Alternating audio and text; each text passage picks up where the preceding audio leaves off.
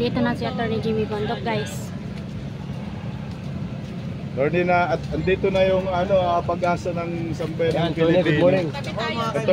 Attorney Jimmy. Nauulan na kayo di. Okay lang, naghihintay po kami sa inyo.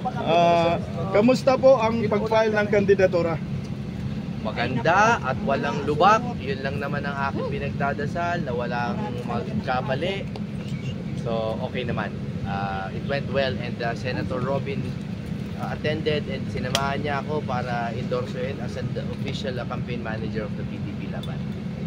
Ano po ang inyong hangarin at plataforma? Bakit po kayo tumakbong senador? Alam niyo, una sa lahat, ako matagal na akong boses, no? Hindi lang ng music industry, kundi ng public office tsaka ng legal, dahil ako'y abogado na rin ngayon, at pati private dahil ako'y negosyante matagal na. So gusto ko pong tumulong sa batas ng anti-corruption agencies. Kasi talagang kahit ano gawin natin, kahit magbago tayo ng konstitusyon, magbago tayo ng mga batas, kung kurakot pa rin ang mamamahala sa atin, walang mangyayari sa atin. I want to institutionalize anti-corruption laws and agencies. Independent, may sariling budget, hindi napapalitan ng nakaupo. No? Yun po ang una kong hangarin. Pangalawa, gusto kong ibalik ang diplomasya sa Senado. Gusto kong ibalik ang Senado at pati ang lower house sa tamang riles. Hindi ako nag-criticize sa hearing kung gusto niyo mag-hearing, basta kung totoong in aid of legislation.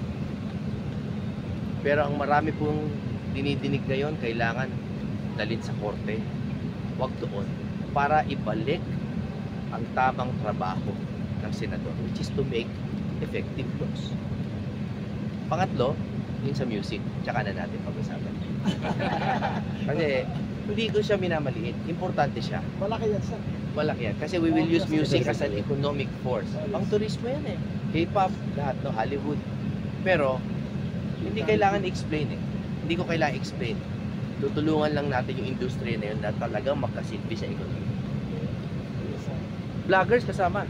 Vloggers, music, artista, lahat yan. To utilize it. Hindi yung parang nasa gilid lang tayo. Dahil hindi naman tayo isdang gigilirin. Diba?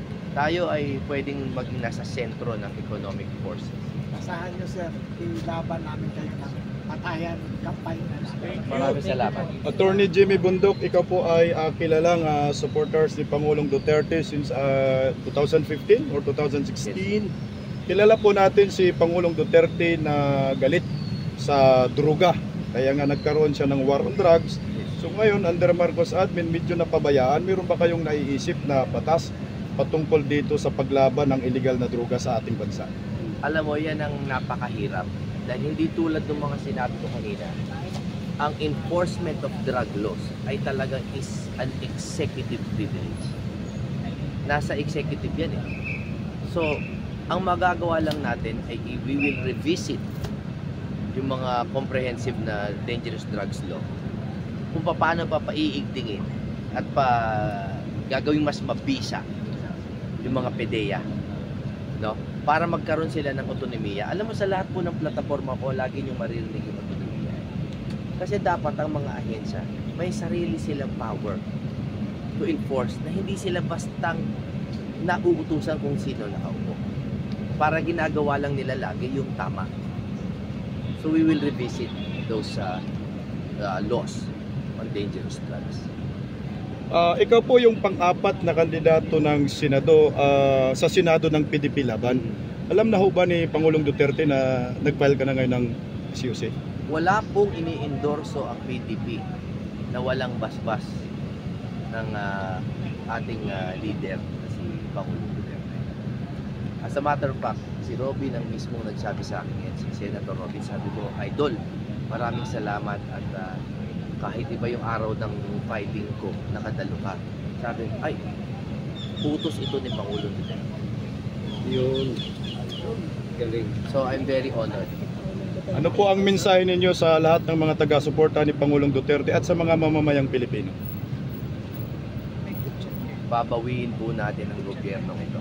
Yun. Wow! Insay! Babawiin natin. Hindi po tayo nang aaway, hindi yun. Ibabalik natin ang lahat ng tama. Tama. Pero kailangan nyo kami tulungan. Siyempre. Iupo natin. Dito kami sir, handa. Handa kami. Opo. Kasi kahit ano pong gusto nyong gawin, kahit charter change, no? Hindi yan tungkol lang sa kung ano yung batas, kundi sino ang hahawak ng ballpen. Importante kung sino ang nag-hawak ng ballpen, kung may tiwala tayo. Kaya kung ako lang po sa inyo, PDP straight. Para alam natin na may Yes po. basbas ng isang pinagkakatiwalaan natin, si Pangulong Duterte.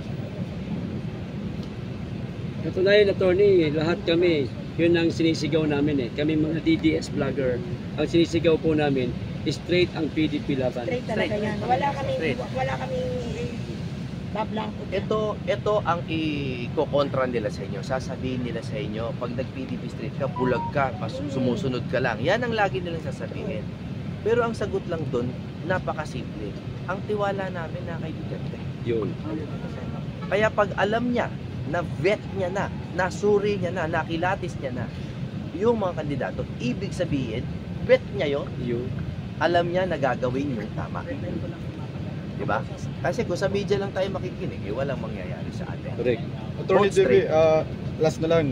Kagabi ko kasi merong press con si Pangulong Duterte. Ngayon, Sinabi niya, hindi daw siya tatakbo sa pagka-senador. Mukhang mayor po ang kanyang tatakbuhin. Ang maraming Pilipino umaasa sa tatlong Duterte na makita natin sa Senado. Pero sa press con, parang yung punto ay mayor po yung tatakbuhin niya. Ano po ang inyong opinion dito? alam nyo, laban kasi to eh. Itong lahat ng nangyayari na to.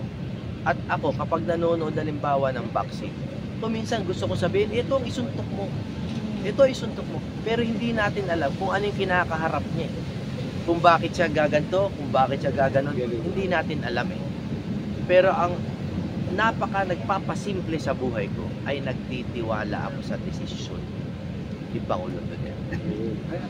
Besides, yung gagawin niyan para sa bayan pa rin. Bakit?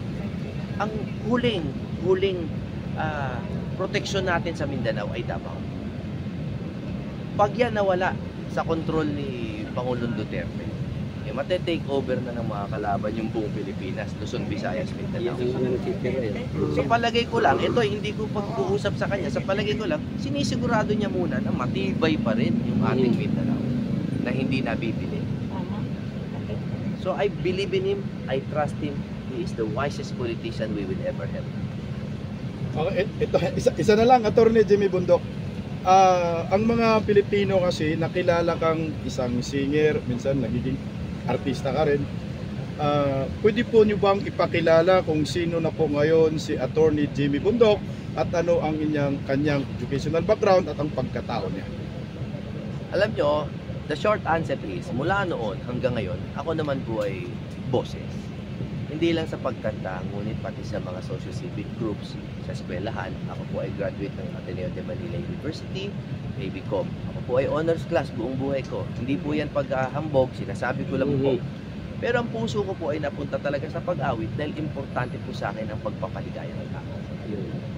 Ngayon, habang tumatanda, nakita ko ang mga pingas ng lipunan, nakita ko rin kung paano baguhin, nag-aral ako ng batas at nagtrabaho sa gobyerno.